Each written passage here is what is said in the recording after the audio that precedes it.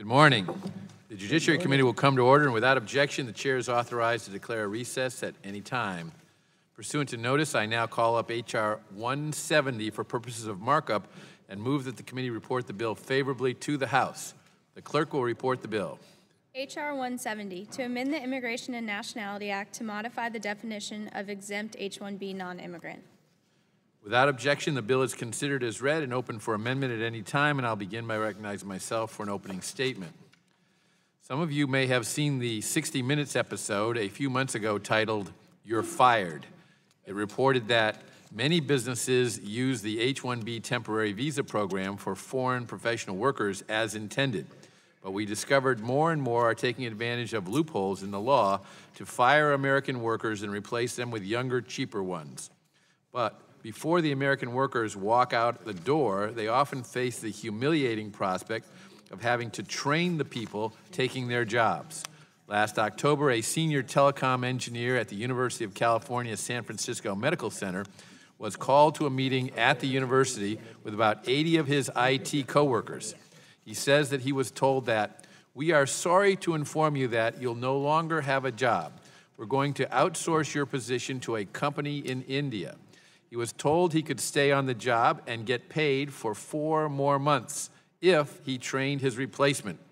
He said that, "It feels like not only am I digging my grave, but I'm getting ready to stab myself in the gut and fall in the grave." Oftentimes, unscrupulous employers intending to use the H-1B program to facilitate laying off American workers don't hire H-1B workers directly. Instead, they contract for such workers from staffing companies that assist their clients in replacing American workers and often even send the work overseas. Reports of these kinds of abuses of the H-1B program have a long history. In fact, a quarter century ago, 60 Minutes aired a very similar story. Leslie Stahl reported that when any American company needs programmers, the body shops can often deliver H-1B employees all the way from Bombay for rates that are so cheap, Americans just across town can't compete. This committee came to similar conclusions 2 decades ago and passed Lamar Smith's reform bill that led to the current requirements that H-1B dependent companies must, 1, promise to recruit for American workers before seeking H-1Bs and offer jobs to qualified Americans who apply, and 2, not lay off American workers and replace them with H-1Bs. However, the version of the bill that eventually became law waived the recruitment and no layoff requirements for H-1B dependent companies if they hired H-1B workers with advanced degrees or paid them at least $60,000. However, the $60,000 figure has never been adjusted for inflation. In 1998, a $60,000 salary exceeded the average salary for information technology professionals. For example, the average wage for computer engineers was $59,850. However, the average salary for computer and information research scientists is now $116,320, and 90% make more than $64,950. Thus, the $60,000 salary floor now represents little more than half of the average wage in these occupations, and the vast majority of American workers make far more. Further, the majority of H-1B workers now have advanced degrees, some of dubious quality. Thus, few H-1B dependent companies actually abide by the recruitment and no layoff attestations that Congress designed to curtail their abuse of the program. Furthermore, under current law, the layoff protection only protects an American worker for a period ending 90 days after their employer files an H-1B petition, but even that protection has been rendered meaningless. For a number of years now, the 85,000 annual allotment of H-1B visas has been exhausted in the first few weeks after they become available. Thus, since employers can file petitions 6 months before the start of a fiscal year, they all file in April of the previous year. No H-1B worker subject to the cap actually starts work until long after the layoff protection has expired. I want to congratulate Mr. Issa on his commitment to reinvigorate the Immigration and Nationality Act's protections for American workers. And I also want to thank Ms. Lofgren for working constructively with Mr. Issa and me on the amendment in the nature of a substitute. We will discuss the amendment further when Mr. Issa offers it, but at this point, let me just say that it will dramatically strengthen protections for American workers against H-1B-enabled layoffs and will prevent H-1B-dependent employers from undercutting the wages of American workers, and will give the administration the ability to vigorously enforce these protections. I urge my colleagues to support this bill. And now it's my pleasure to recognize the ranking member of the committee, the gentleman from Michigan, Mr. Conyers, for his opening statement. Thank you, Chairman Goodlatte. Members of the committee, I want to take a moment at the outset of today's markup to congratulate Chairman Bob Goodlatte on his years of service in light of his recently announced retirement. The Judiciary Committee has the privilege of debating some of the most important and often controversial issues facing our nation. As chairman, Representative Goodlatte has continued the tradition of our committee being a place where there is disagreement, but without being disagreeable. While we've debated many policy differences in this hearing room, we've also found many areas of collaboration. I'm proud of the work we've accomplished together in issues such as surveillance reform, particularly the passage of USA Freedom, and the recent committee markup of USA Liberty. I also look forward to working with the chairman on other critical issues such as criminal justice, policy accountability, copyright, and other areas of mutual interest. Some of the work has already begun in these areas. I'm sure there will be other forums and opportunities to recognize Chairman Goodlatte's years of public service in the coming months, but I did not want to let our committee's first markup following his announcement to pass without doing so. And so I would now like to comment on H.R. 170, which would increase wage level of the H-1B dependent employees must pay to avoid jumping through hoops in the H-1B immigrant visa program.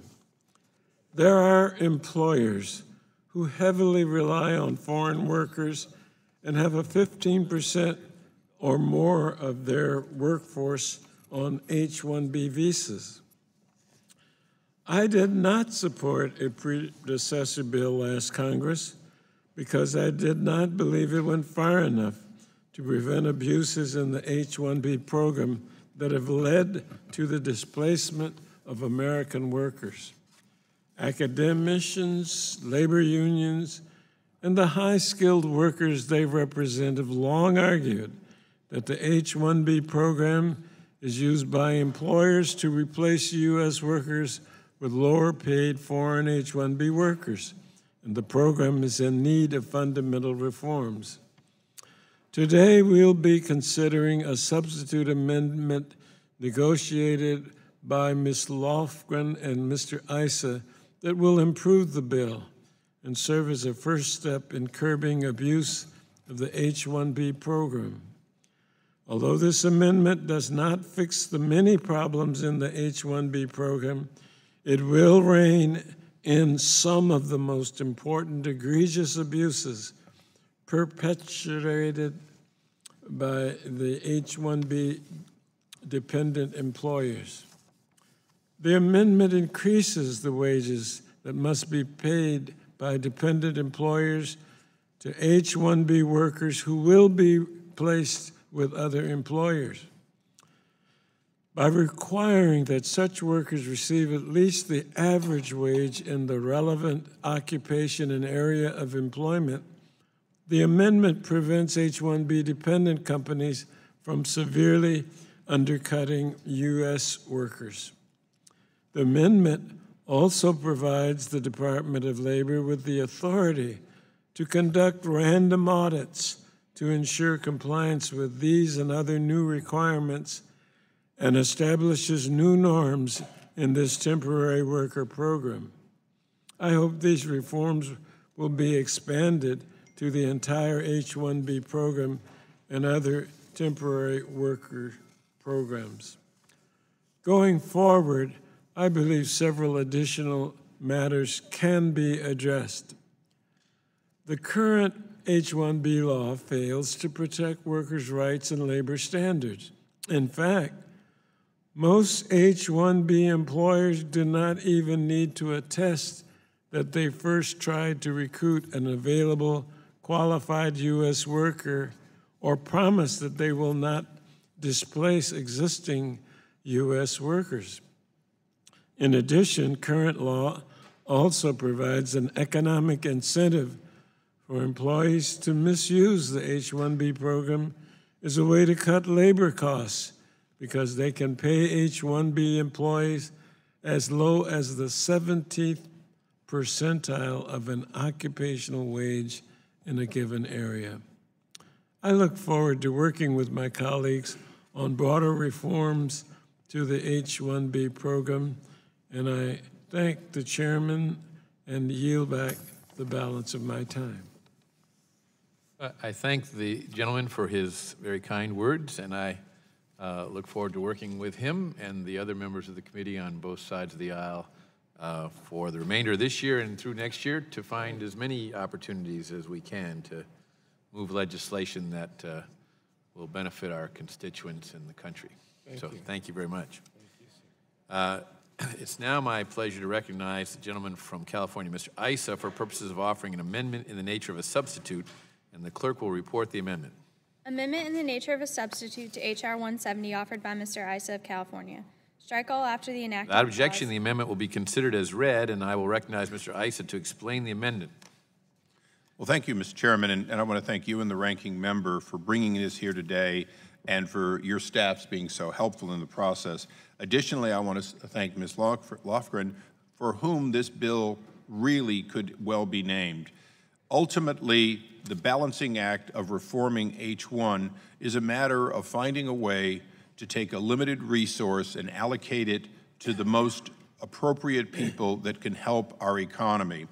Both my district in Southern California and Ms. Lofgren's district in San Jose enjoy a great many high-tech companies who use H-1Bs and who see that number, the total of 85,000, evaporate on day one. As a result, without raising that amount, the only way to allocate is to eliminate the gaming that has gone on that have often caused workers to receive as little as $60,000, while in fact, jobs are unfilled, paying double or more than that. For that reason, we've worked together with our staffs to come up with a balance, which is not all it could be, not all we would like it to be, but we believe a good down payment on reforming this system. We have the support on a bipartisan basis, and we feel we have strong support within the tech community who is very public. Let there be no doubt that, in fact, there will be those who have been taking advantage of the system who will ask for a way to continue taking advantage. Our goal is not to eliminate anyone, only to make people live up to the standards that we believe are reasonable, that are in some cases in the amendment, other cases the base bill. Certainly moving the $60,000, which adjusted for inflation would be more than $90,000 to the $90,000 level, is the least we can do.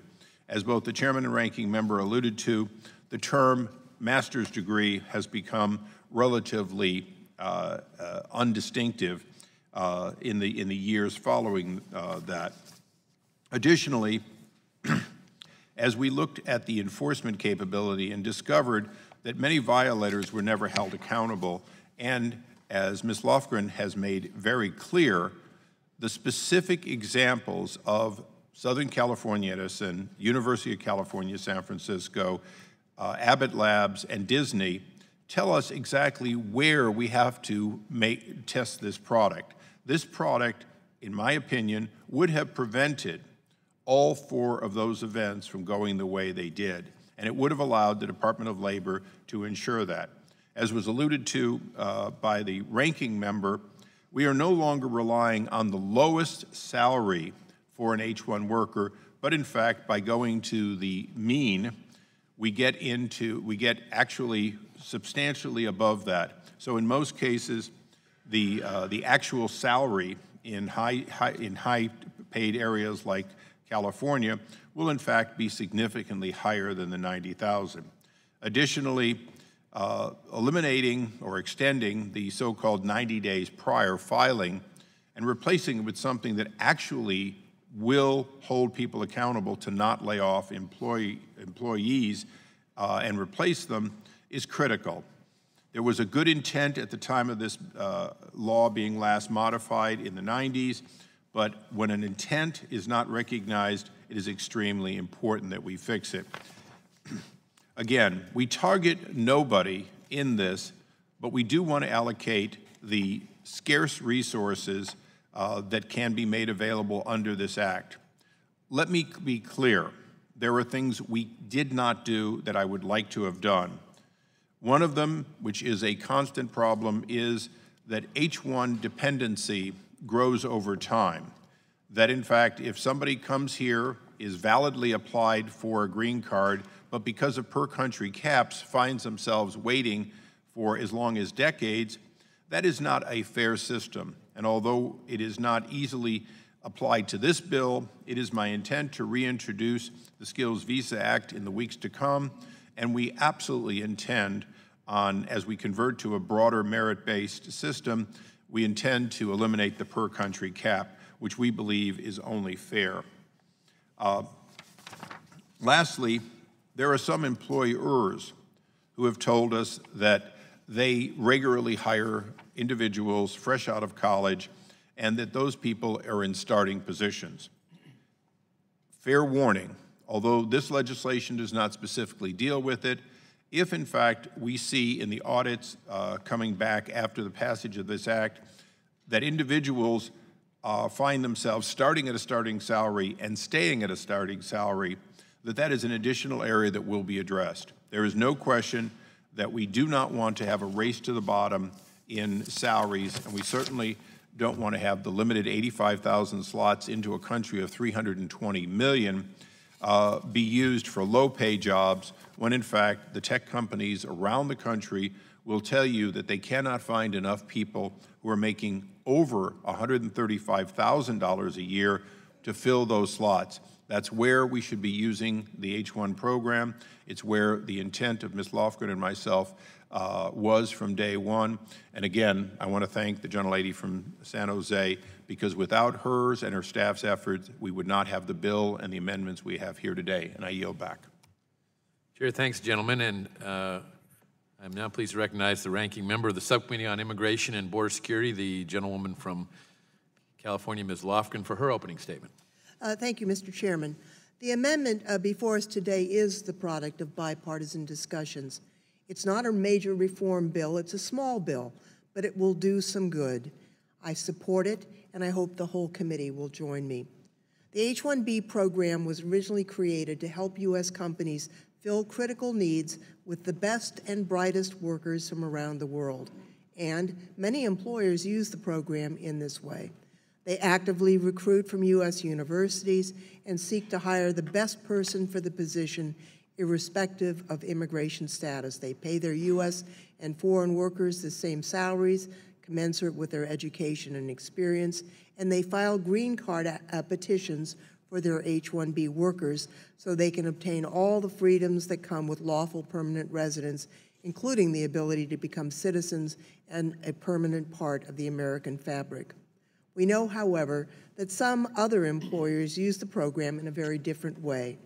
Every year, tens of thousands of H-1B visas are taken by outsourcing companies whose business models rely on paying foreign workers less. In the IT sector, for example, these companies bring in H-1B workers at reduced wages to compete against American IT workers in companies and organizations across the country. When the work is outsourced, the American workers are laid off. In some cases, the American workers are even asked to train their replacements. Some of these cases make headline news. We have all read the stories about the Disney Corporation, Southern California Edison, the University of California in my home state. In each case, American IT workers were laid off after essentially being replaced by outsourcing companies using lower-paid H-1B workers. Many more such stories exist but go unreported. These outsourcing companies can do this because of deep and long-standing flaws in the H-1B program. Current wage requirements allow employers to bring in workers at wages far below what most people make in the relevant occupation and area of employment. Visas are largely handed out through a random lottery rather than based on level of need or willingness to pay. Minimal recruitment and non-displacement protections can easily be avoided by paying workers $60,000 a year, a standard that has not sufficiently protected workers in high-skilled industries for many years. And even when these protections apply, they're difficult to enforce and thus rarely enforced. As I've mentioned, the bill before us today is modest. It does not reform the H-1B program to address all of its current shortcomings, but I'm prepared to support today's bill based on the changes Mr. Issa, Mr. Goodlatte, and I have agreed to over the last 2 weeks. Although it does not fix everything, the amendment will improve the current situation. The bill will significantly prevent outsourcing companies from using the program to displace U.S. workers all across the nation. The amendment creates a new wage standard for H-1B dependent employers that seek to place H-1B workers with other employers. In such cases, the H-1B dependent employer would now be required to pay at least the mean wage paid to workers in the relevant occupation and area of employment. This change alone would significantly prevent outsourcing companies from undercutting U.S. workers with lower-paid H-1B workers. The amendment would also overhaul the attestation requirement intended to prevent the displacement of U.S. workers. The attestation is made mandatory and no longer waivable for H-1B dependent employers. To make it meaningful, the attestation would now cover the entire period of H-1B employment, including any placement with another employer. And to give it real teeth in outsourcing cases, the attestation would require an H-1B dependent employer to break its business relationship with a client that displaces a U.S. worker, despite its assurance that it would not do so. To better ensure compliance among H-1B dependent employers, the amendment would also authorize the Department of Labor to conduct random audits of such employers and to conduct such audits for at least 5% of such employers annually. Violations can result in banishment from the H-1B program. These changes, along with others in the amendment, would go a long way to prevent the egregious outsourcing cases I mentioned earlier, and for these reasons, I support the bill. But I must note that more needs to be done. I'm afraid by fixing one aspect of the program and not the whole program, we could begin to see creative efforts to evade the provisions. We're going to have to carefully monitor implementation. And we need to more fully reform the H-1B program. We must also fix issues that keep H-1B workers stuck in untenable situations. The combination of low green card numbers and per-country limits keeps many H-1B workers in decades-long backlogs with severely limited options for advancing their careers, switching employers, opening businesses, and making a host of life choices that the rest of us take for granted. Without reform, many of these workers will continue to stay in the same, often entry-level positions for years to maintain their visa status and place in the green card queue. This has deeply negative consequences for them and their families. It also keeps wages artificially low, thus impacting surrounding American workers. I had asked that this bill include a provision to eliminate the per-country caps that create so many of these problems, but we did not find bipartisan acceptance of my request, despite the fact that a bill to accomplish this same goal has 300 co-sponsors. That is a major disappointment and I think a lost opportunity. As I noted previously, I support the amended bill because it will prevent abuses in certain areas. That's important. But I also look forward to bigger reform in the future, and that's important too. I yield back, Mr. Chairman. Mr. Chairman. I'd now like to recognize myself to speak on the amendment. Mr. Chairman, can I strike the last word? I'm going to do it, and then I'll recognize you. So I want to congratulate Mr. Issa and Ms. Lofgren. The provisions in this amendment will bring us much closer to our goal of ending abuse of the H-1B program. Under the amendment, H-1B dependent employers who physically place H-1B workers at client companies must pay the H-1B workers no less than the average wage for the occupation in that area of the country. We will no longer allow such employers to pay H-1B's rock-bottom wages by claiming that they are all entry-level. Under the amendment, all dependent employers must comply with the no layoff attestation without exception. The length of the protection will last for as long as an H-1B worker is employed by the employer. In instances where a dependent employer physically places an H-1B worker at a client company where there is an employment relationship between the H-1B worker and the client, the protection will last for as long as the H-1B worker remains there. Additionally, dependent employers must receive assurance from their clients that they, 1, have not and do not intend to lay off equivalent American workers, and 2, will let the dependent employers know if they do in fact lay off American workers. If dependent employers learn that a client has laid off workers, they must, 1, inform the Department of Labor, 2, remove the H-1B workers and others employed in similar jobs at the client's worksite, and 3, cease having H-1B workers in these jobs perform work for the benefit of the client. Finally, dependent employers must receive assurance from their clients that they will provide the Department of Labor with necessary information for any consequent investigations of the dependent employers. As to the recruitment attestation, the salary that dependent employers must pay H-1B workers in order to procure waivers will be dramatically higher than under current law. That salary will have to be at least the lower of $135,000 or the average wage for the occupation in the area of employment, but in no case lower than $90,000. Those dependent employers subject to the attestation will have to provide the Department of Labor with information detailing the steps they have taken to recruit American workers. The amendment also strengthens the Department of Labor's ability to enforce these provisions. It gives DOL the authority to conduct random compliance investigations of dependent employers and requires it to investigate at least 5% of such employers each year. In instances where dependent employers place H-1B workers at client work sites, the Department of Labor must investigate all complaints filed without having to first establish reasonable cause. Finally, H-1B dependent employers will pay a fee to fund these investigations. This is quite a package of reforms, and I urge my colleagues to support the amendment offered by Mr. Issa and Ms. Lofgren.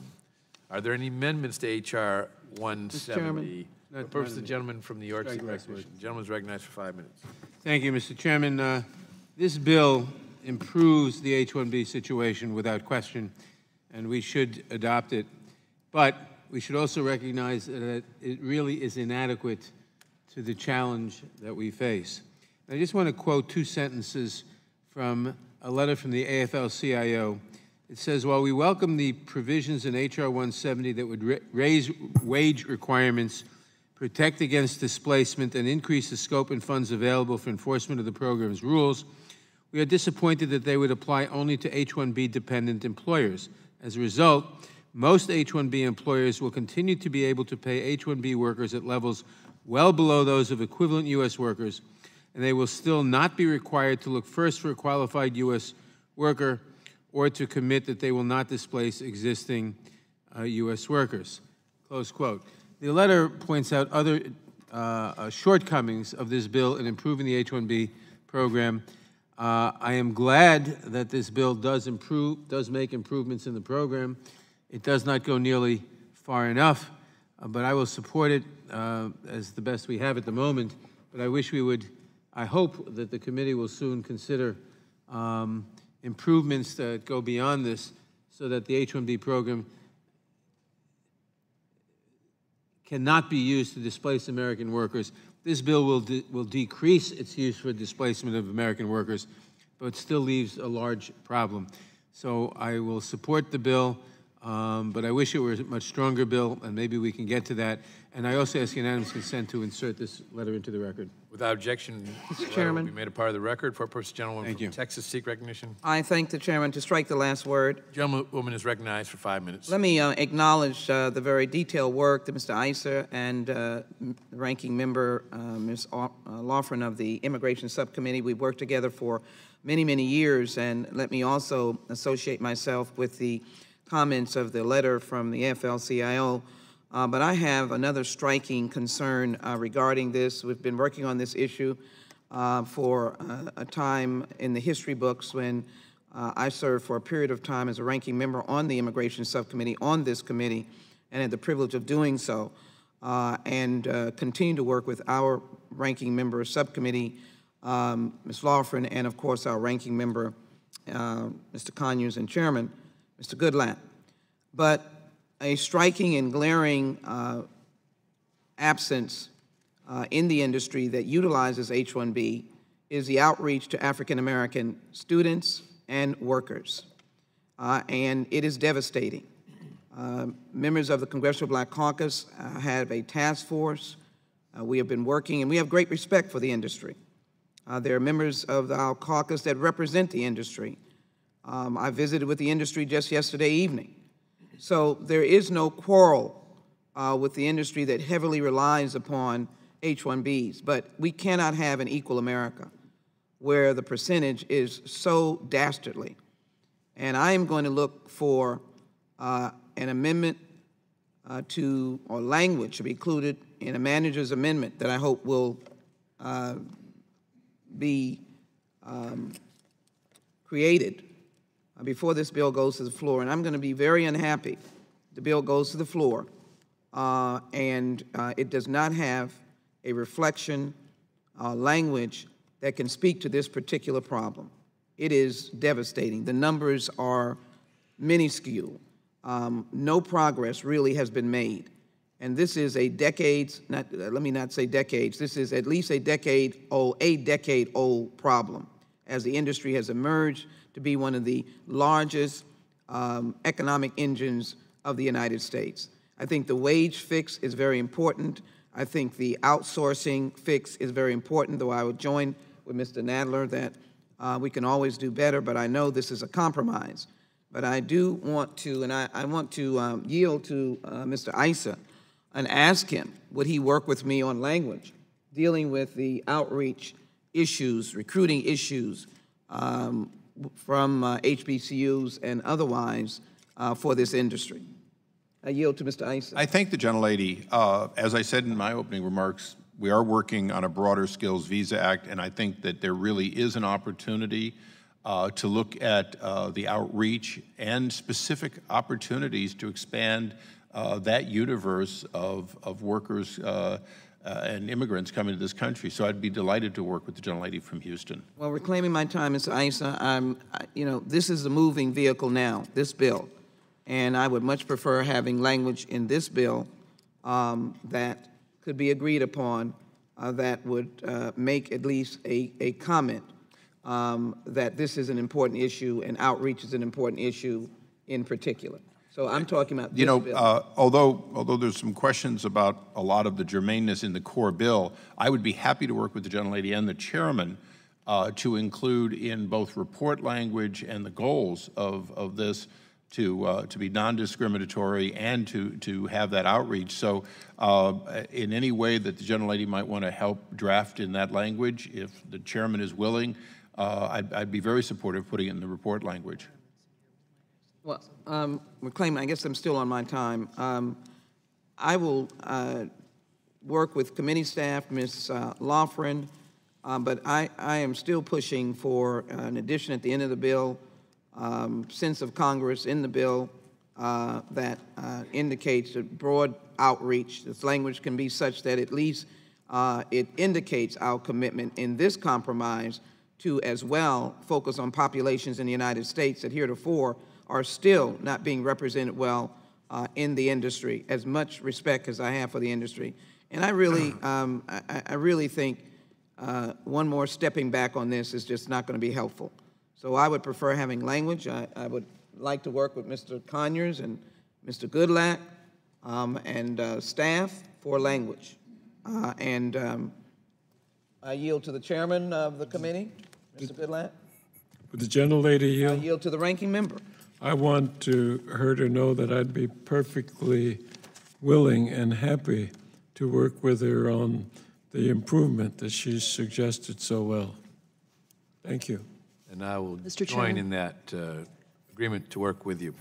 Thank you very much. With that, The gentlelady yield? yes, I'd be happy to yield. I thank the gentlelady for raising this issue. There are new recruitment requirements in this bill, and I think her suggestion fits very well with those provisions, and hopefully we can come to an agreement on these issues, and I thank the lady for yielding. I thank my colleagues, and we'll begin work right after because I don't know how soon this bill is headed to the floor. But thank you all so very much. With that, Mr. Chairman, I yield back. Mr. Chairman. The chair recognizes himself for the purpose of offering an amendment, and the clerk will report the amendment. Amendment to the amendment in the nature of a substitute to H.R. 170 offered by Mr. Goodlatte. On page 10. Without objection, the amendment is considered as read, and I recognize myself for 5 minutes to explain the amendment. My amendment makes a small technical fix to the substitute amendment in order to avoid a potential violation of Clause 4 of Rule 21 of the House. Clause 4 prohibits a committee other than the Appropriations Committee from reporting a legislative bill that contains an appropriation. A legislative bill that contains an appropriation is subject to a point of order on the floor of the House. After consulting with the House parliamentarian, we have determined that the language regarding use of fees that appears on the top of page 10 of the substitute amendment likely violates Clause 4 because that provision allows money to be spent from the Treasury without appropriation. Accordingly, my amendment makes the use of fees provision in the substitute subject to appropriation so that it is in conformity with Clause 4. In addition, this amendment makes a technical clarification regarding the recruitment attestation, making clear that dependent employees who pay their H-1B workers $135,000 or the mean wage in the occupation with a floor of $90,000 can receive a waiver. I urge my colleagues to support these small technical fixes and yield back the balance of my time. Gentleman yield? I'd be happy to yield to the gentlewoman. I agree with the amendment. These are technical corrections that should be supported, and I yield back. Mr. Chairman. For purpose, the gentlewoman from Washington seek recognition. Move to strike the last word. The gentlewoman is recognized for 5 minutes. Thank you, Mr. Chairman. I want to thank you and Mr. Issa and our ranking member of the Immigration Subcommittee, Ms. Lofgren, for very hard work to bring this bill forward. I think I might be the only member of this committee that was actually on an H-1B visa. I am an immigrant from India, and when I came to the United States at 16 years old by myself, I was on a student visa. For those who think it's easy, even for those who come here legally, to get status, it took me 17 years to get my citizenship, and I was on an H-1B in that process. So I do know this program well. I believe I was not one of the people who was hired with an abuse of the program, and it's a real honor to be here now on this committee. And so I do believe that this H-1B program is critical to ensure that our country is able to bring in the talent that we need to ensure a strong workforce and economy. But it's true that it has not been reformed in decades and is in dire need of repair. And I think that this bill, in a small way, it is not the big reform that I think many of us believe is necessary, but in a small way, I think it puts forward very important reforms that would stop outrageous and unfair abuses of the program, so that we can protect American workers and that we can make sure that foreign workers who are brought to this country under H-1Bs are also not taken advantage of with too low salaries and abusive conditions. And I agree with Ms. Lofgren that much work has to be done to truly fix the full scope of the H-1B program and more broadly to address our education system to make sure that Americans have the access to the training necessary to fill these jobs. Because the reality is, Mr. Chairman, that no one wins when American companies cannot hire people with the skills needed for our businesses to innovate and grow. And research shows that tech companies do hire 5 new workers for every 1 H-1B that they apply for. So when we fail to meet the needs of American businesses, U.S. workers are losing job opportunities too. But there's no question that we do not have enough H-1B visas right now to meet the demand. And we know that because, as you said, we've reached the cap within 5 days for the last 5 years. And conservative estimates are that increasing the cap to 195,000 visas would increase revenues by nearly $69 billion over 8 years. Other research indicates that increasing H-1B visas could create an estimated 1.3 million new jobs and add about $158 billion in GDP by 2045. We have much to gain from reforming the H-1B system in a way that ensures that American workers are able to access the skills they need, access the jobs that are available. And it's important to make sure that the wage formula is crafted to work for lower wage markets outside of Silicon Valley so that companies across the country have access to the program. I do want to caution that we don't broad brush the existing abuses of the H-1B system in a way that is xenophobic or contributes to a particular stereotype of workers from a certain region. I'm aware that 74% of the workers that get H-1B visas are from India. It is a country where my parents still live because under our broken immigration system, I was never able to bring my parents here. It would have taken 20 years for me to bring my parents to live in the same country as me and grow up to see their grandchildren next door. And so let's be clear that while there are abuses that we have to crack down on, we must crack down on, we must protect U.S. workers, the reality is that there are many Indian companies and Indian workers who are contributing a great deal to our economy. And I would just say that there are statistics that the IT sector employs more than 100,000 workers in America, and that India's IT sector has invested and generated payments of more than $20 billion to U.S. federal, state, and local taxes.